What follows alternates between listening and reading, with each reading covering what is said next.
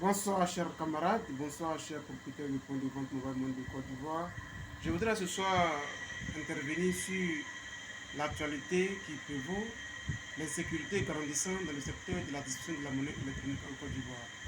Cela fait maintenant bientôt 2 ans que nous constatons que l'insécurité dans notre secteur d'activité est galopante. Alors, plusieurs questions nous sont posées de savoir.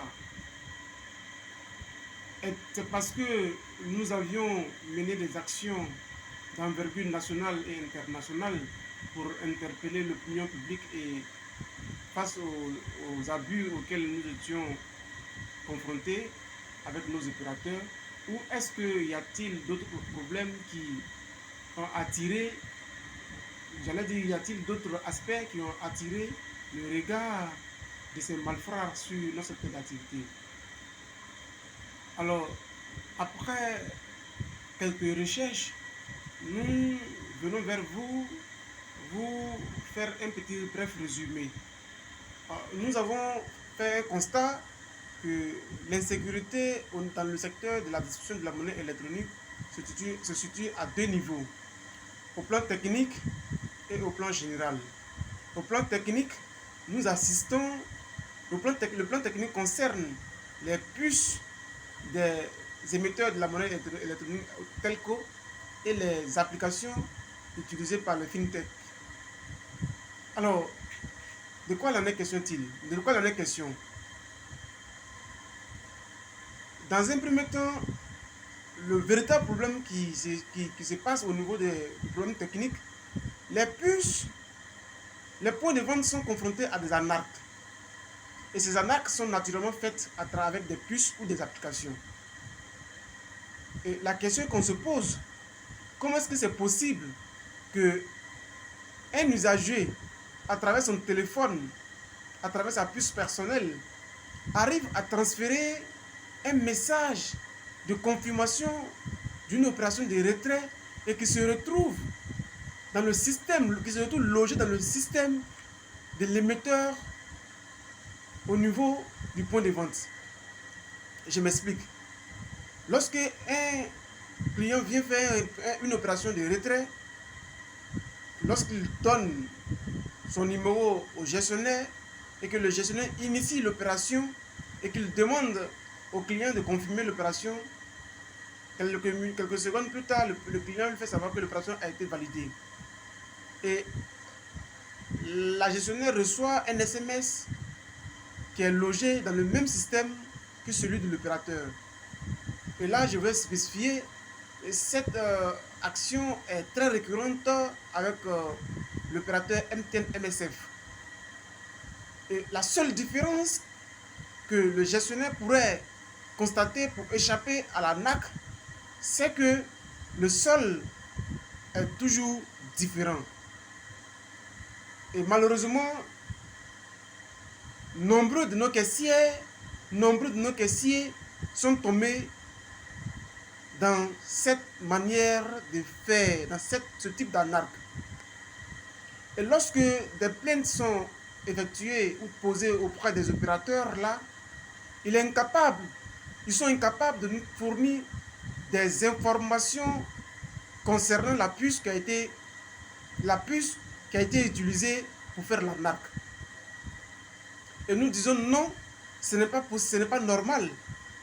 Comment est-ce qu'une puce qui a un portefeuille électronique, qui reçoit de l'argent, et l'opérateur en question est incapable de nous fournir des informations concrètes et conséquentes sur l'identité du propriétaire de la puce.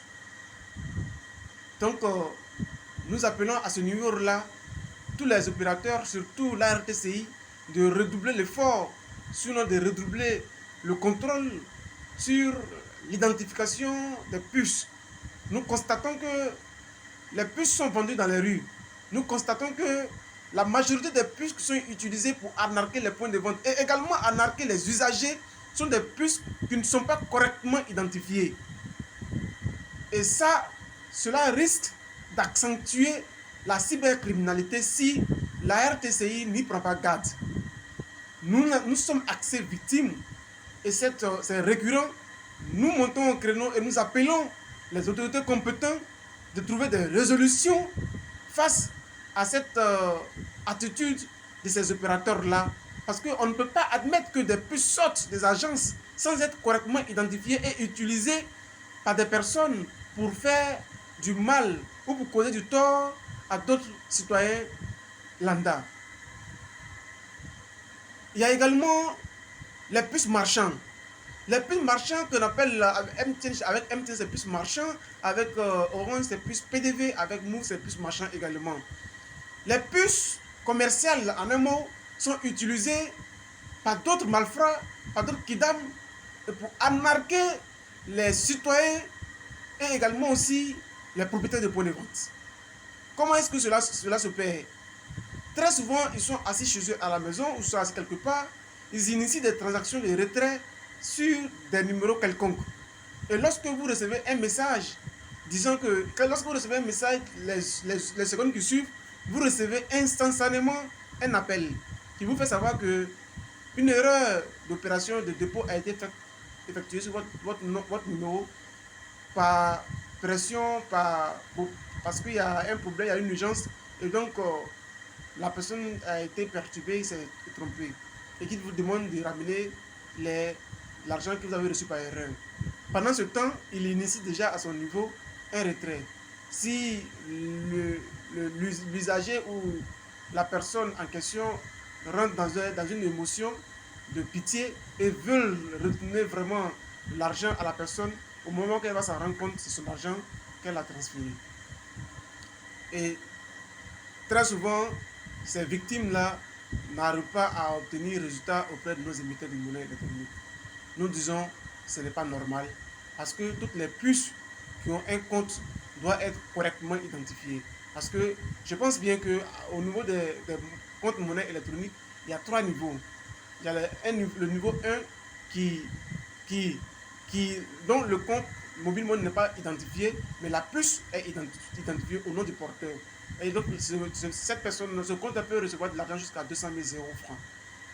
Le deuxième niveau, c'est que la puce est correctement identifiée, le compte mobile money est également correctement identifié. En ce moment-là, le compte de cette puce peut recevoir jusqu'à 2 millions de francs CFA. Je parle bien des comptes personnels, des comptes individuels. Et donc, si un numéro arrive à recevoir de l'argent jusqu'à ce montant-là, cela voudrait dire que l'opérateur devrait être à mesure de fournir l'identité du porteur de cette puce. Mais malheureusement, très souvent, lorsque les usagers sont confrontés à ce problème-là, les opérateurs sont incapables de fournir les informations conséquentes, les informations correctes à l'officier qui est en charge du problème afin que ce dernier soit tracé.